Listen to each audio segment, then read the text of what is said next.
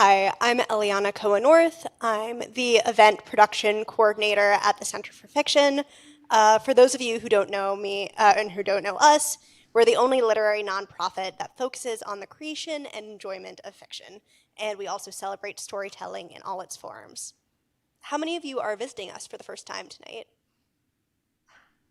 Great, a handful of you. Welcome, welcome to you, welcome to all of you who are coming back, and welcome to those of you on Zoom, or sorry, on YouTube, getting out of that habit. Um, so before we go on to our speakers tonight, I just wanted to plug that we have a really exciting event coming up on December 2nd, our first novel fete, which is a celebration of our finalists for the first novel prize, and it's kind of the literary party of the year. We have an open bar and tarot readings and readings from our first novel finalists, and it's a lot of fun. So tickets are on our website. Check it out and ask me if you have any questions. A few housekeeping announcements. We'll have a Q&A tonight at the end of the event, and so if you're here, we ask you to raise your hand, and one of our fabulous interns will come around with a microphone for you. And if you're online, you can just type your questions into the chat. Um, uh, so now on to our guests. Andrea Barrett is the author of 9 previous works of fiction, including the National Book Award-winning Ship Fever and Pulitzer Prize finalist Servants of the Map. She is a recipient of a MacArthur Fellowship, a Guggenheim Fellowship, and an NEA Fellowship, as well as a finalist for the Story Prize and a recipient of the RIA Award for the short story. Having lived in Rochester, New York, and Western Massachusetts, she now resides in the Adirondacks. Ruth Franklin is a book critic and a former editor at New Republic. Her book, Shirley Jackson, A Rather Haunted Life, won numerous awards, including the National Book Critics Circle Award for Biography, and was named a New York Times Notable Book of 2016, a Time Magazine Top Nonfiction Book of 2016, and Best Book of 2016 by the Boston Globe, San Francisco Chronicle, NPR, and others. She's the author of 1,000 Darknesses, Lies and Truth in Holocaust Fiction, which was a finalist for the Sami Rorer Prize for Jewish Writing. Her criticism and essays appear in many publications, including The New Yorker, the New York Times Magazine, and the New York Review of Books, and Harper's. She is the recipient of Guggenheim Fellowship in Biography, a Coleman Fellowship at the New York Public Library, a Leon Levy Fellowship in Biography, and the Roger Shattuck Prize for Criticism. Welcome to you both.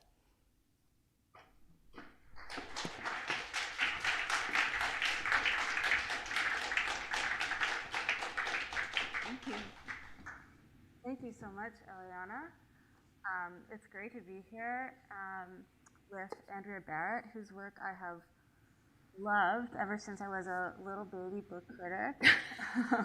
Actually, one of my first assignments was reviewing Andrea's collection, Servants of the Map, which, as a little baby book critic, I was very, very diligent and read all of Andrea's previous books so that I could be perfectly well prepared. And when I did that, I discovered, of course, that one of the things that makes Andrea's work so distinctive is that the books stand alone, but they also stand together in ways that aren't always apparent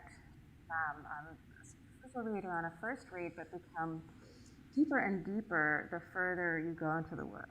So we will talk a bit about that. I'm just going to give a very brief introduction, then Andrea is going to do a short reading from the new book, Natural History, which many of you may have bought already.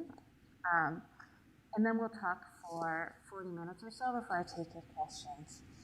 And so when I was thinking about how to introduce her, I think, in the larger sense, Andrea's great theme is, to put it simply, but also to give it its full due, humankind's desire to understand our world, full stop, from the unmapped terrain and undiscovered species of the Earth's most uninhabited regions to the beetles that might live in our backyards. And she has a particular knack for selecting a moment of scientific history, like the struggle between Mendel and Nageli over genetics, or the discovery that it's germs that carry diseases and not mysterious miasmas in the air, and spinning that into a narrative that's both dramatic and profound. Andrea did a by the book interview in the Times Book Review a few weeks ago, in which she was asked, "What subject do you wish more authors would write about?" And she responded, "Sea, stars, sky, woods, ponds, birds, moths, lizards, mushrooms, mountains, bats, clouds, all the world outside the house and our narrow minds." With that, I'll turn it over to you. Let's hear about the bats and the mountains and the mushrooms. Thank you. I love the idea that as what you call a baby book critic, they turned your little tiny white teeth loose on servants of the map. I still remember that review. It was very lovely. And thank you for that and for the nice introduction. So, I'm just going to read a little bit from the first story in this book. That's a slim book, just a handful of stories. They're linked to each other, and as Ruth said, to 5 now earlier books, stories, a novel, 2 novels actually, and novellas. It forms a kind of interlocking web of characters. Not everybody is connected, but an awful lot of the people are connected. And a number of the people live in a place that those of you who've been through central New York might know Hammondsport, a little town at the tip of Keuka Lake. And I've fictionalized it over the years as Crooked Lake, but the maps they're not quite congruent. They're sort of like this. There's places you'll recognize and places you won't recognize. Most of those grew out of, there's a character named Rose Marburg, who first appeared in the Marburg Sisters, which is a story in Ship Fever, which is a really long time ago now, 25, 26 years ago. But I kept coming back to her and her family. She actually narrates the last story in this book, which forms the second section, but most of the stories are concerned with one of her ancestors, a woman named Henrietta Atkins, who's a high school teacher and an amateur naturalist. She grows up in Crooked Lake near the beginning of the Civil War. She's still there and still teaching at the end of World War I, the beginnings of Prohibition. She never marries, she never has children of her own, but she's very connected to her students and also to her younger sister, who has 5 children. And it's one of those 5 children who's the direct ancestor of Rose Marburg. I'll read a little passage from a story when Henrietta's just sort of finding her feet as a budding naturalist and high school teacher. This is a bit from Wonders of the Shore. In August of 1885, Henrietta was 33 and had been teaching high school for 12 years. Although her sister, Hester, was almost a decade younger, she'd married 2 years earlier and left Henrietta alone at home with their mother. This had suited Henrietta very well until her friend Mason Perrott, an ambitious farmer whom she'd known for some time, began to court her attentively. Confusingly. Now, after 7 months of thinking one way about this in the morning and another in the afternoon, she knew he was about to propose. She was fond of him, as was her mother. If she was going to change her life and start a family, it was surely time. But to leave her job after all she'd put into it, no point to that unless she could do more work, not less, as Daphne had after leaving her own teaching job. And her mother's argument that Henrietta would be teaching her own children wasn't wholly convincing. She and Daphne had shared a vacation every summer since they'd met, which didn't always mean Daphne visiting Henrietta. Sometimes Henrietta went to the little town in western Massachusetts, where Daphne, having pried herself free from her parents and her brothers, had bought herself a tiny white house. And twice they'd managed to stay at a resort. Once in the White Mountains, once in Rhode Island. What luxury to have their meals cooked and their rooms cleaned. Henrietta had been Daphne's guest both times, which might have been awkward if, instead of pointing out that the income she made from her books was much greater than Henrietta's small salary, Daphne had not insisted graciously that those books wouldn't exist without Henrietta's help. So the treat was simply Henrietta's due. This year, having done especially well, Daphne had offered 3 weeks at the hotel on Appledore Island, a few weeks off the New Hampshire coast. A few weeks, I wish. A few miles off the New Hampshire coast. On the day before Henrietta began her journey to the island, Mason came from his farm in Pulteney with a tin of ginger snaps for the train ride and a big white canvas hat that tied with 2 strips of muslin under her chin. He was wearing the blue checked shirt he knew she particularly liked. She could feel him trying to get her alone, but instead she sat steadfastly with her mother at the table, making lists of what she should bring and what she should read during this stretch of uninterrupted time. She'd been catching up with Darwin's work since Daphne first led her years ago to an acceptance of his great theory. Reading slowly and carefully as her interest deepened, filling pages with notes, repeating some of his experiments and adapting them for her students. But there was no catching up to Daphne. Daphne wrote to Darwin and was answered. Daphne wrote to Asa Gray. Daphne wrote about climbing plants and burrowing spiders, publishing more and more articles, and then a book, and another, earning enough money from those, and also from the part of her writing life she kept secret, to stop teaching at the academy where she'd been working when they met. Henrietta fell even further behind, not giving up, but working more slowly than she wished. Only in the summers could she pursue her own investigations wholeheartedly, keeping the thread alive during the school year by stealing an hour or 2 at night after her lessons were prepared. Her work, what did she mean by that exactly? In the libraries of Central New York, you can find files of the Horticultural and Agricultural Society bulletins, so popular toward the end of the 19th century. The New York Agricultural Experiment Station Bulletin, the Rural New Yorker, the Bulletin of the Buffalo Naturalist Field Club.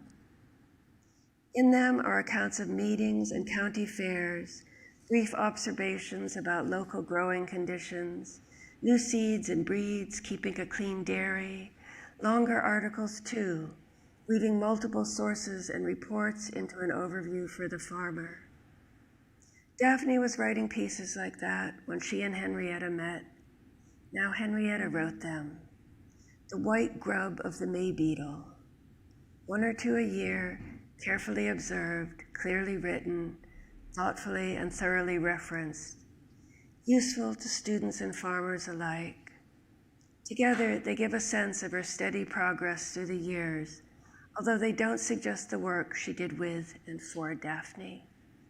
We'll stop there with the White Grub of the May Beetle. Yeah, the white grub of the May Beetle. That's such a lovely, I love that you chose to begin with that passage, because I feel that it immerses the reader so deeply in this natural world, this world of the May Beetle and the Horticultural Society, and also gives us a sense of how deeply important this work is to Henrietta and Daphne, the central characters here.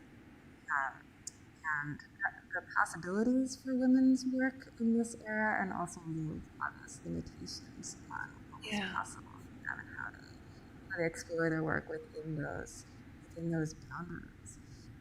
So I wonder, when you're reading about the research, being slowly, deeply immersed in the work, of the background work,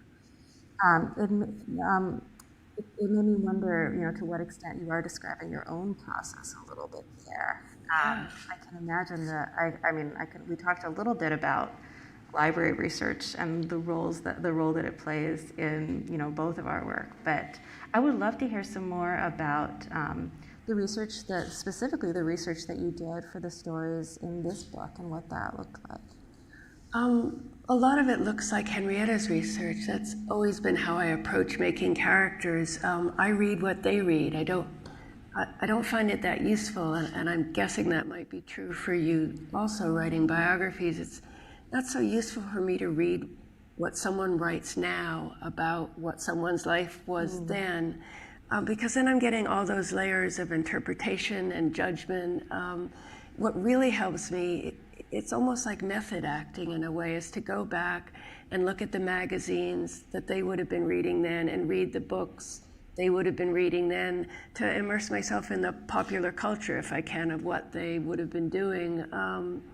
One of the reasons it's great to look at old magazines and not just the New York State Agricultural Bulletin, although that's very enchanting, is you can look at the ads. You can look at the corset ads, and you can look at the medicine ads, and you can see who was worried about what things cost, what kind of flour was out there, all that stuff. It seems like you're not going to use it. And in fact, most of that stuff doesn't make its way into my work. And I don't think it does what you were saying in yours either. We read sort of sponge-like to soak up all those details to, in a sense, become that character as closely as we can for a while.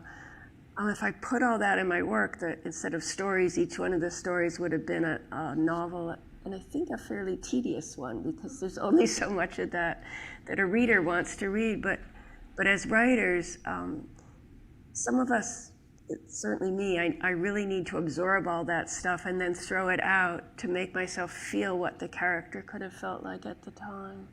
So you're literally reading the Horticultural Society bulletin and all that. I just want to read this little opening passage to that story, Wonders of the Shore, where you're quoting from this book written by Daphne, her textbook about it. The seashore, with its stretches of sandy beach and rocks, seems at first sight nothing but a barren waste, merely the natural barrier of the ocean. But to the observant eye, these apparently desolate reaches are not only teeming with life, they're also replete with suggestions of the past. They are the pages of a history full of fascination for one who has learned to read them. And reading that, I wondered if that's what it's like to be you, looking at the natural world and looking at the history of science, which feels, when I read your work, feels to me like a secret history of, human ambition and thwarted ambition and mistakes and discoveries. That felt like such a metaphor for your work itself. It's very funny when you come across passages like that in somebody else's work, and most of that is lifted from somebody else. I mean, it's obviously, there's a chunk of those at the beginning of each of the sections, and they're obviously not passages from Daphne Bannister's book, because Daphne Bannister doesn't exist. I made her up. I resisted the temptation to Google her because I just wanted to sort of trust my instincts on that one. Yeah, you were totally right. But there was a wonderful writer of all sorts of natural histories named Augusta Foote Arnold, and she wrote a great book called The Sea Beach at Ebb Tide, and that's where those passages largely come from. Being a fiction writer, I would find succulent passages like that, and they would be much longer, so that I would take out a bunch of lines, and sometimes I'd put 2 lines from this page and 2 lines from 100 pages later together, but they are largely from her. I have a particular fondness for this book because when I was in college, I went briefly to a marine biology course on Appledore Island, where this story is set, though I didn't know anything about it then. And all my fellow students brought textbooks with them, chemistry textbooks and oceanography textbooks and biology textbooks. And I brought Augusta Foote Arnold's book, which did not please my biology professors very much, but I learned a lot from it. There's beautiful drawings and etchings and these wonderful descriptions of nematodes and clams. And so instead of doing what I should have been doing, I was sitting by the shore looking at the descriptions in her book and looking back at the little feathery nematode, and that's why I didn't turn into a biologist. So yeah, you mentioned that you have a background in biology, also in zoology, right? Did you always, when you turned to fiction, did you always know that you were going to find your subject in the sciences? No, it took me 5, 6 books to figure it out. Yeah, I didn't know at all. I didn't know I was going to be a writer for a really long time. I didn't start writing till late, but when I did start writing, it wasn't as common then as it's a little more common now for people to take science as subject matter for fiction, and I just didn't think you could make fiction out of it. So I wrote fiction about other stuff and wasn't very happy doing it. And after I'd published 4 novels and not really liked any of them too much, I just gave up writing novels and thought I would learn to write short stories, and I would write about what I was interested in, which was the history of science, because I knew nobody would read them and it was perfectly safe. So, and there you go. And that was Ship Fever. So that was sort of my laboratory notebook in a way for learning to write those things. I think that's a wonderful little parable about how you should write to please yourself, and your readers will follow you when you know that it's possible. It's one can tell when a writer is writing about a subject that deeply fascinates them. I really have come to believe that. I think there's nothing we can write about that we really love that people won't follow us. So, we can bring people down any path as writers, I think, as long as we really love it and can convey our interest. But boy, it took me a wicked long time to figure that out. Right, and of course it can be hard to convey that sense, one's own sense of fascination, right? To reproduce what you love about your particular subject, whether it's, nematodes or stamp collecting or who knows what, right? Yeah. Theoretically, you could write a book of fiction about anything, but it's about convincing the reader of your own investment and how seriously you take it. Oh, that's a great way to put that. Yeah, I think we can always sense that level of seriousness in a writer when we're reading it. Yeah, we know when someone's really committed to something, and I think we know when people are faking it. Absolutely. Yeah. Yeah, I wonder if seriousness, I feel like seriousness, I don't want to say such a scary word, and because I feel that the word seriousness doesn't convey how pleasurable it is to read your fiction. But maybe sincerity is a better way of putting it. We know that you've done your homework, that it jumps right off the page. The reader can sense that background in, the history book about Applecote Island. Appledore, excuse me. I haven't done my homework. But I think, another way that the reader feels your very deep investment in your subject and your characters is the very distinctive way you run the threads of some of these characters throughout your entire body of work.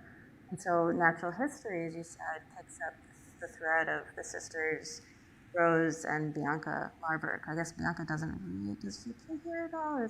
She's mentioned. But right. Who first appeared in Ship Fever, and then later Henrietta, who the book is mainly about, is their ancestor. Is she related to them by blood or just by? Yeah, she's their great aunt or something. There is. You have helpfully included a family tree in the back here. That just to look at it, one can see how complicated the family of your characters has grown throughout these books and these years. David Mitchell is another novelist for whom the character who appears early on may pop up again later. Alice Munro, Elizabeth Strout, who I think you're also fond of. I am. One feels the genetic linkages among your characters. I think even if they aren't genetically related, they can be related by metaphor, by interest, by all the things that can be inherited by people, from extra toes to racial prejudice. Right? That's part of what you demonstrate here, is how we pass down our traits in ways that we don't always understand or can predict. And so part of what I wondered, I found myself, I was so invested in the character of the doctor in Ship Fever, Lachlan Grant, that I found myself, having not read that book, until recently, since it came out and I initially wrote about you, I'd forgotten that he died in that story. And so I found myself I looking would bring for him back if I could. I found myself looking for him and wondering, why didn't Andrew, where is he? Why hasn't he come back? He was such a vivid character who I was so invested in. So, aside from the inconvenience of death, how do you choose who you bring back and who you leave to end their story where they are? Yeah, I really wish I hadn't killed him off. I would like to write more. You didn't show his death in the story, right? we don't actually see the body, right? It's like on TV, when you don't see the body, it's quite possible that person didn't actually die. He actually didn't go over the falls. It just looked like he did. I don't actually choose who to bring back so much. I'm a pretty practical person and not very mystically oriented, so I always feel weird when writers say, oh, the character just walks on stage, but kind of I feel like they do choose me, at least to the extent that one morning I'll wake up and think, I just really want to write about Rose again, or I know there was people back there.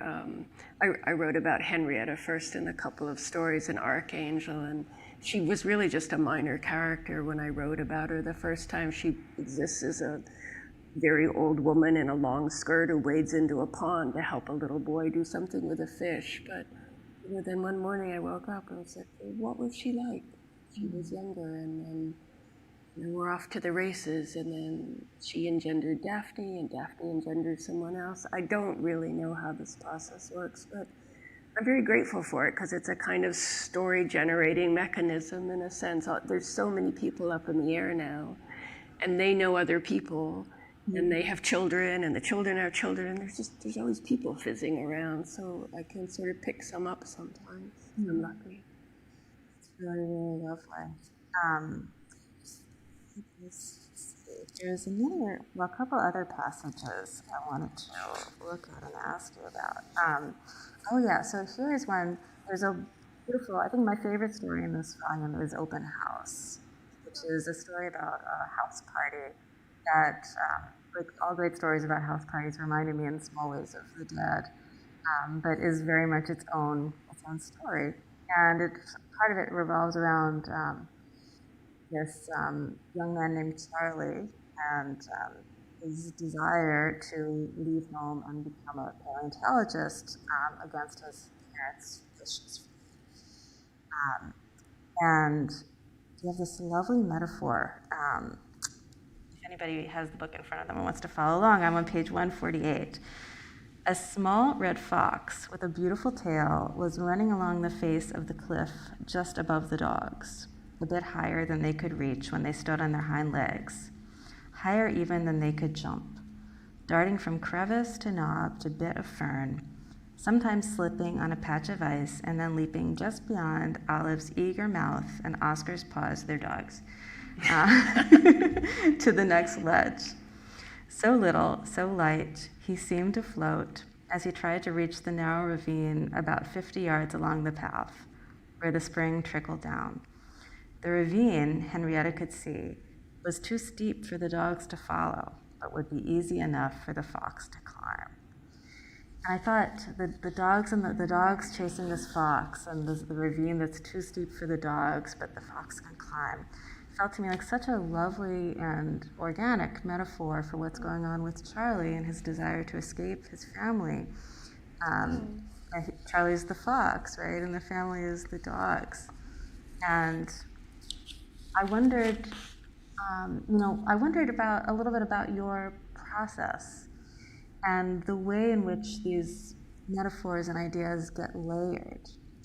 And so part of me is picturing, I know in my own biography of Shirley Jackson, there was an important metaphor that only kind of occurred to me way at the end of the process that I kind of went back in and layered throughout the rest of the book as if it had always been there.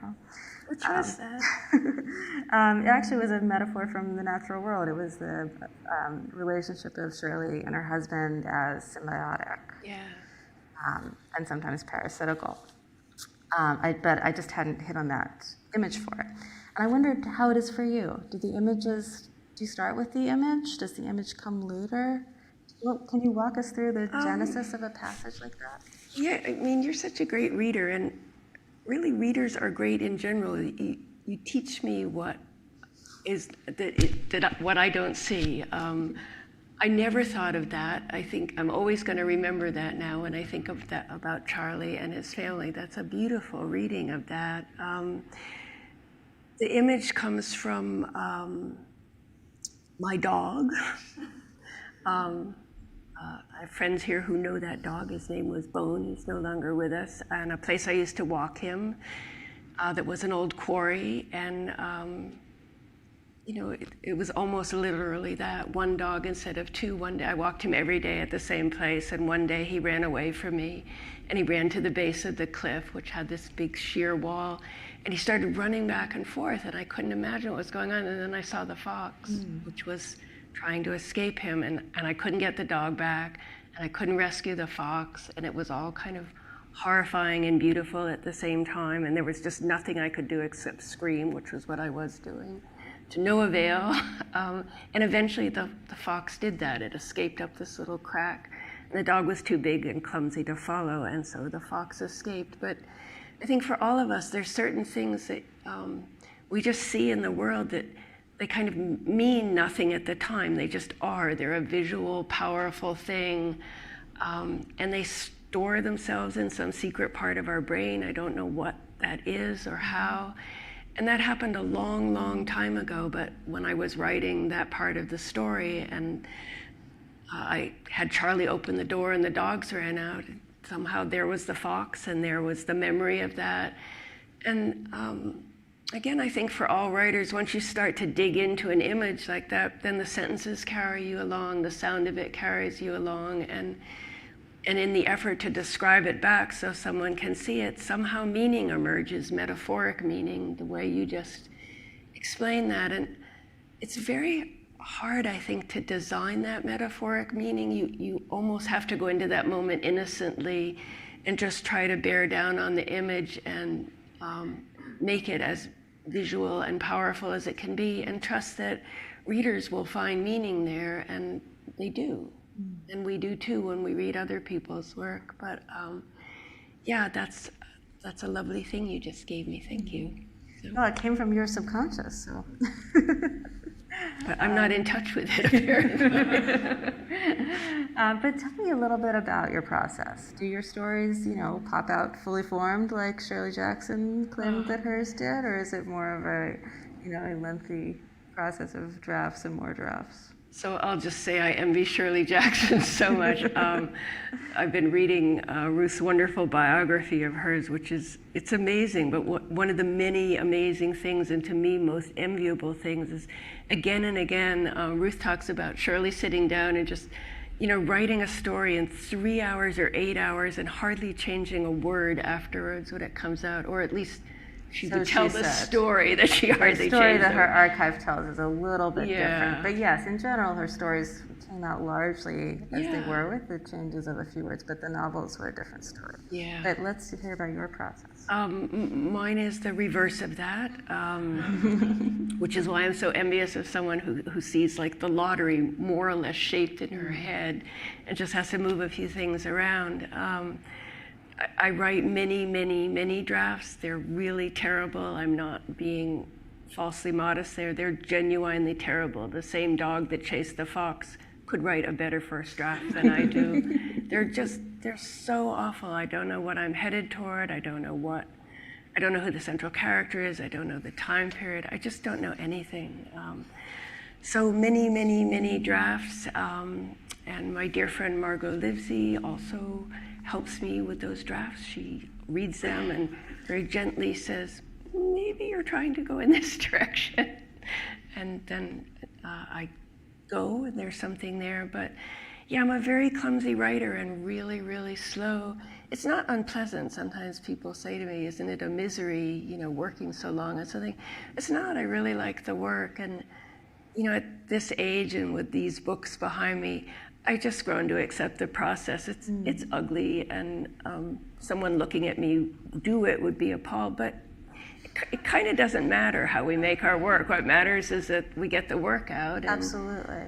Whatever messed up way we do it, that's the way we do it. And so I know now, which is a huge comfort, that no matter how much I hate the early drafts, if I just keep sitting with it and just keep paying attention, just keep working on it, sometimes it'll be like 5 or 6 drafts, sometimes it'll be like 25 drafts, but something will happen. I just have to sit with it. Yeah. So I think, and what you just said is so important. I think that you have to know and understand your own process. Yeah, that's everything. Not expect it to be different. Right? That's the recipe for frustration. Yeah, that's when I began teaching writers. That was I felt like in a lot of ways I didn't have much to offer writers because my process is so inchoate. I couldn't say, if you sit down and you do this and then this and then this, you'll have a book at the end or a story at the end. But what I can tell them and do is that, understand your own process, understand what you need to get work done, understand and be patient with whatever tortured thing you have to go down to make good work at the end. It's, for some of us, a lot of us, it's not going to be quick, and that's okay. If it was quick, it would be easy. If it was easy, it wouldn't be fun to do. Writing is almost the only thing in the world that you never can get really good at. You can get good at the book you're writing, and then it's done, and you have to do something else, and then you're just a beginner all over again, and nothing works all over again, and you just have to be okay with that. And the students I've taught that became okay with that ended up becoming writers, and the ones who got impatient or just, I guess it's just really frustrating how long it can take, but those are the people who stopped writing usually. And I think it's much more comforting for students or for beginning writers or for writers at any point in their career, frankly, to hear that these stories didn't come out like this. They started in messy drafts and were painstakingly worked over and improved. I feel like that's much more comforting and relatable, to use another terrible word, than the idea of the story that just pops out fully formed and that's it. Yeah, that's pretty terrifying when you hold yourself up to that. It's like, ooh. Exactly. So I did recently reread Ship Fever, which came out in 1996, 1998. Yeah, 96, long time. And that, I'm referring to the story that the book, the novella really, that the book is titled after, which tells the story of immigrants from Ireland coming over to North America, to Canada during the terrible years of the Creole famine, and bringing with them typhus, which ship fever was another expression for that in those days. And the way we use the fear of immigrants, the desire to keep out the pathogen, so seamlessly morphs into the desire to keep out the immigrants, the germ and the people who are carrying it, just are impossible to disable. And that story, politically speaking, that story resonated so powerfully for me at this particular moment. I was wondering if you were thinking about it from a political perspective when you first wrote it. I was.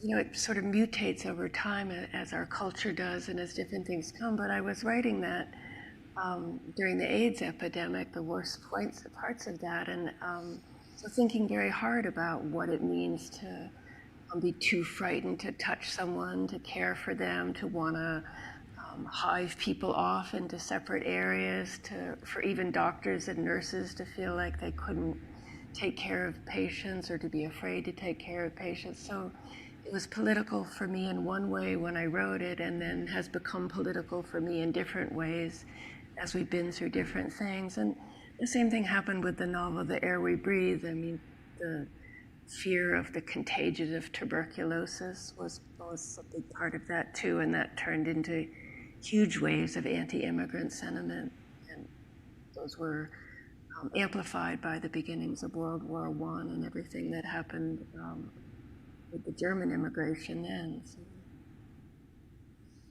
Just thinking about the phrase natural history. What does it mean to you? What would an unnatural history? Oh, what a great question. To me, natural history means both the history of, it means the history of nature, it means the history of things that live in nature, but it also has that underlying tone of maybe naive history. We think, a lot of us think until we start to delve into history or do history ourselves, that history just kind of emerges naturally. Someone tells us, what's the history of the Civil War? And we read a book about the Civil War, and that feels like it's true and right. And we don't think about the fact that it's made and people made it, and they have their own agendas and their own political positions that they're trying to transmit with how they write those facts. So for me, natural history is opposed, I guess, to unnatural history in that way, if that makes sense. I think a lot about how people write history and how they read history. Yeah, there's another passage in here that really resonated for me, where you're later in the book, we're with Rose, who has been a school teacher. Right, Rose has been a school teacher. It's Henrietta who's yes, Rose has been a school. They both teach in the school that has been closed. Yeah. Rose is thinking about it. She says, in the building where I went to school, the same place where Henrietta had taught, now shuttered, now shut, all those histories trapped inside. I used to dream about what my life would be when I escaped from the place I then despised. And that image of all those histories trapped inside the school, like specimens underneath a bell jar, right? As if, like the caterpillars that Henrietta keeps in her shed, right? Yeah. As if you could just, you could go in and take off the covers, up the glass, and they'd all just fly away out into the world. Yeah, where would they go though? And I guess they would go here. Yeah. These little green flowers. So. I want to ask you one more question about process, and then I'll open it up to your questions if you're ready. You have a wonderful interview with the Paris Review, in which you describe a writing studio that you had in Rochester, New York. I know you mentioned you don't live in Rochester anymore, so I gather you no longer work in the same studio, but you describe this dreamy sounding place that maybe is a little bit like the studios upstairs here, with no distractions, no telephone, just a desk and windows. Yeah. And I wonder what your workspace now is like, and more generally, what are your tips for avoiding distraction in this age of distraction? How do you do it? Throw your phone away. It's a long time since I had that writing studio. That was around 97 or so, and it, not as nice as the rooms upstairs. It was an old fabric factory that they just kept closing down floors. So it was just a great big empty cold space with a bunch of windows, and I had a desk, a library table in the middle of it, and we didn't have cell phones then, so I didn't have to think about my phone. If I went there, I left my phone, which had a wire on it, which went into the wall, was back at the house. So just the act of going over there and leaving the phone behind and the mailman behind and the house behind meant I was really alone. And that was great for me for a while. I really liked it. I work now in a spare bedroom in my house. I'm a lot more resistant in certain ways to outside distraction than I was then. I think I needed the physical isolation to convince me that I was actually alone. Now I know, for good or ill, probably both, I'm alone in my own head all the time anyway. So I just need like a desk and a door I can shut, and it can be pretty much anywhere. I don't honestly know how people much younger than me who grew up with cell phones and social media, I don't know how you do avoid the distraction. I have a cell phone and I can text, but I don't use any form of social media. And it's hard enough even with just the cell phone. And once I started texting, that meant people text me, which means I get that little noise now. And it's really bad, I have to Yeah, just... it's bad. It's really bad. But I walk a lot is the short answer. And you can do that in the city, but it's really different. A lot of my writing gets done not at a desk, but in my head as I'm pacing back and forth and around through trees or up the dirt road or something. A lot of writers find that helps, swimming or writing, just something where your body's occupied, but you're not looking at your phone and you're not talking to someone else and you're not looking at any kind of a screen. You're just moving and your brain is free to sort of throw up images like the fox running up the wall. That's how those things come. But how to be not distracted now? How are you not distracted now? How do you do that? I am distracted all Yeah. the time. Well, I know. my latest trick is I discovered these collections of ambient music Yeah. that help you focus. Yeah.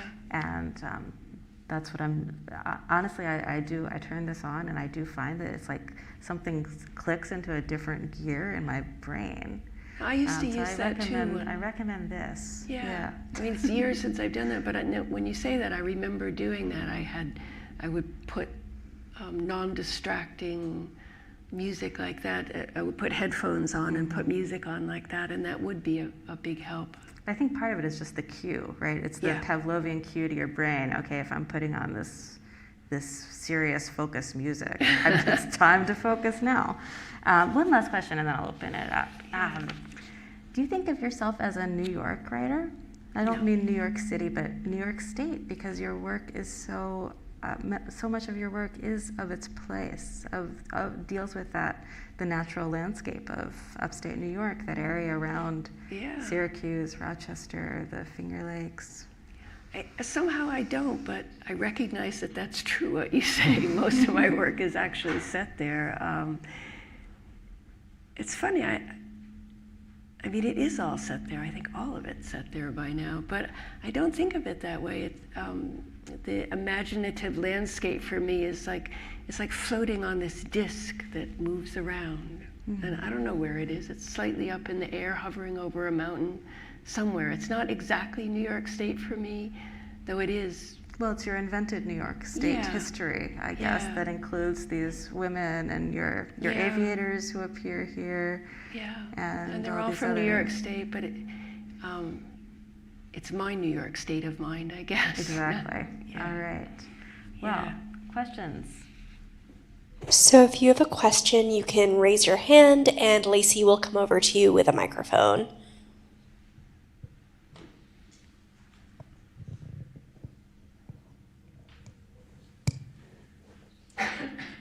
Hello. So, in reading your book, I was really struck that you had sort of these pairings of women who had chosen different lives, some more career driven, some choosing motherhood or less obvious career steps. Particularly, I'm thinking the last story in the book as well, and then also Henrietta and Daphne, and then Henrietta's sister. And I just wonder, was that a theme that you were consciously aware of, sort of how should a woman be, how is a woman successful, can a woman have it all? And I wondered if you would speak to that a bit. Yeah, that is one of the few things I was aware of. I'm often pretty stupid about my own work. Some part of me knows what's going on, a lot of me doesn't, but that part I knew about. And that's really important to me. Women's friendships are really important to me. How we are with each other is really crucial to my life and something I think about a lot. And I'm not exactly sure why they're always in pairs rather than, say, trios or foursomes, but there's something about the idea of two sisters or a pair of best friends that's really powerful to me and that I keep coming back to again and again. Some of it has to do with the fact that in making Rose Marburg, I made her and her sister Bianca together. And so there was that very close pair from the start. And as Rose has woven herself through other stories, they keep generating other pairs of women. It's like some strange particle accelerator or something where the pair of them hits a particle and two more pairs of particles pop up.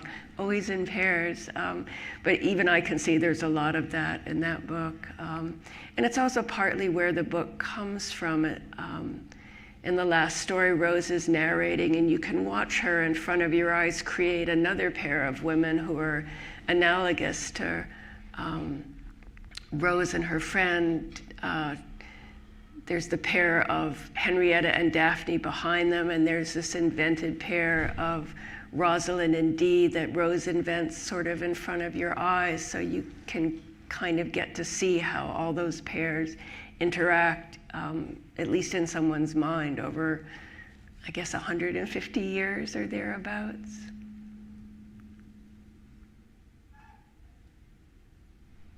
Anybody else? Yeah. Speaking of pairs, you mentioned Margot Livesey, and I'm very curious about, sorry, Margot, but like the relationship you two have, and as writers and as readers of each other's work, and over the years, what it's like to have a close reader who's as intelligent as Margot, and how having a reader who is consistently interacting with your work, how that has affected your process or enriched your work. I feel like Margot should come up and answer this with me. Margot's now making her most characteristic gesture, which is this. Margot, forgive me for answering this without Sorry. you. Yeah, Barry, save her. It's been everything to me. I'm incredibly lucky to have a friend and a writing companion that knows my brain as well as Margot knows mine. We've been sharing work with each other for going on 30 years now. Margot reads all the drafts of everything I write, which if you listen to my earlier answer, you know how horrifying that sentence is. It's a lot of drafts, and I read all the drafts of everything. We write back and forth to each other, and we talk to each other. Really, every writer should be so lucky as to have that kind of companion. To have anyone like that is an amazing gift.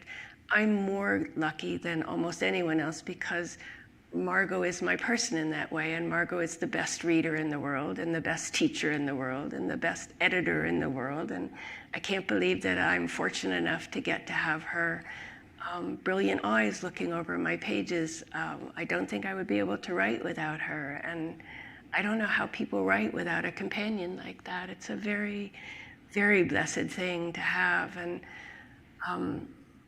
when I was teaching at Warren Wilson a lot, people getting ready to graduate would say, oh, what am I going to do when I can't go to classes anymore? I can't have workshops anymore. And it's great to have classes and it's great to have workshops, but really the best thing about a writing program or a writing group is the hope that you might meet a companion, a peer that you can share your work with afterwards, because student-teacher relationships are wonderful, but there's always that gap between you two, no matter how you try to cross that. One is always the first teacher and one is always the student, but when you're lucky enough to meet someone who's at more or less the same stage you are, especially if you meet them young, then it's a really different relationship, that sense of being co-equal with someone and being able to be really honest with someone about their work. That's just an amazing thing, and I would wish you all that good fortune. Tell us about how you and Margot found each other. We met at Breadloaf at a writers' conference. We argue over which year. It might have been 87, it might have been 89. It was one of those years. It was, neither of us did MFAs, so we didn't have those graduate school relationships, but that was the first place I ever saw a workshop or heard someone lecture about writing, and I was very lucky in meeting Margot there. Perhaps that's part of the reason you produce these dyads of women. Yeah, I was trying to avoid saying that because she's sitting right there and I didn't want to make her blush, but of course it's part of the reason. It's, having a true friend in your life is a great thing. Of course I write about it all the time. It's really important to me. Do you have any questions online? We have one question online, so we're going to do one question online and then one more from our in-person audience. So this question is, one thing I appreciate about Andrea's work, especially natural history, is that it centers ordinary people from the past, not famous figures. Was this a deliberate choice, and what draws you to the past? That is really a deliberate choice. When I was first writing historical fiction, I wrote about people like Linnaeus or Darwin, and I loved doing that. But after a while, I really wanted to write about the people off the page, who are often women. I wanted to write about the people on the fringes and what their daily life was like, and what a lived life is like, as opposed to what a historian thinks life is like, if that makes sense. I don't want to talk about social movements or even intellectual movements in a time so much as I want to try to give the sense of what it might be like to have been alive then, to be in that moment then. We're in a moment now. Someone's going to write history about right now in 50 years, and we're not going to recognize some of that, because when you write history of a time that's 100 years ago, everything gets collapsed into like a little slot of time. But when we're living our lives, we're living it minute by minute. We don't know what's important and what's not important. We don't know who's going to be right and who's going to be wrong. We're just Henrietta doing an experiment in high school, trying to get through the day and take care of her sister's kids and carve out a little place in the world for herself and read some Darwin on the side. It really interests me how we make the moments of our lives into something that has a shape and has a meaning. I'm just curious, do you think of what you write as historical fiction? I don't, actually. Yeah. Everyone labels it that way, but Because, I mean, you write fiction that takes place at different historical moments, but it doesn't have that sort of science fiction facing backwards quality that one often associates with, I guess, more traditional historical fiction, where so much of it feels like it's about, you know, getting that world just right, and, you know, did they use buttons or zippers on their clothes? Whereas that sort of detail doesn't really factor into your work at all. yeah, I go to a lot of pains to take it all out. I don't really like it very much, and I think of myself as someone who writes fiction that's set in other times, which then someone will just say, well, why isn't that historical fiction? But I'm really not trying to illuminate the history of a time. I'm trying to illuminate the inner life of a person or handful of persons who happen to live in a different time and place. And that sort of sounds like splitting hairs, but I feel strongly that it's not splitting hairs. And so I wish I didn't sort of get pigeonholed as someone who wrote historical fiction, but at the same time, I totally get why people do that. What else are you going to call it? But it's not what I write, so. We'll do one last question.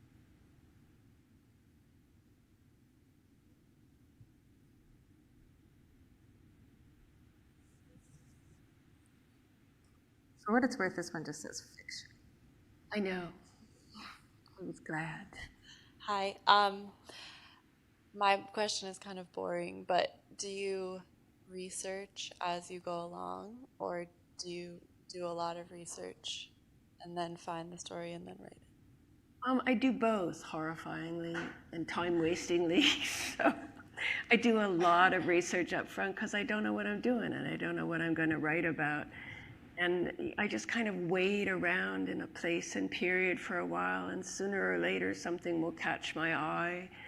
And then I'll start to burrow more deeply into that.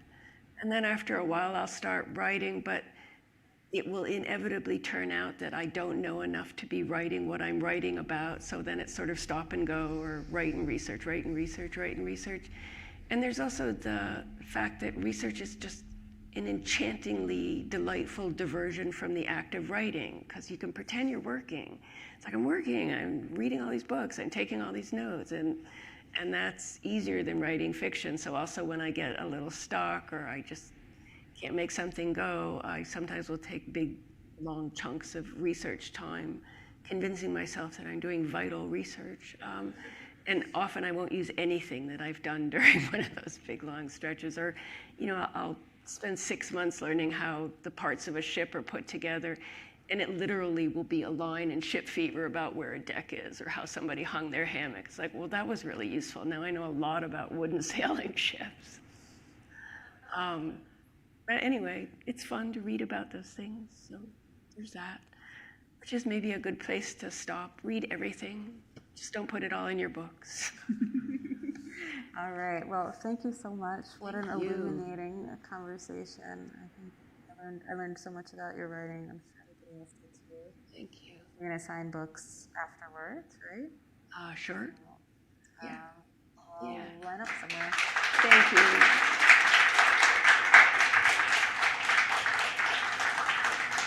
Thank you so much, Andrea and Ruth, for such a beautiful conversation and such a great conclusion to our fall event season. As they said, we have books for sale out in the bookstore, so go buy your books, go buy all your holiday presents for all your friends and family. And then Andrea is going to be personalizing books right outside the store, so you can start to line up right here, just up the aisle. Yeah, thank you all for being here.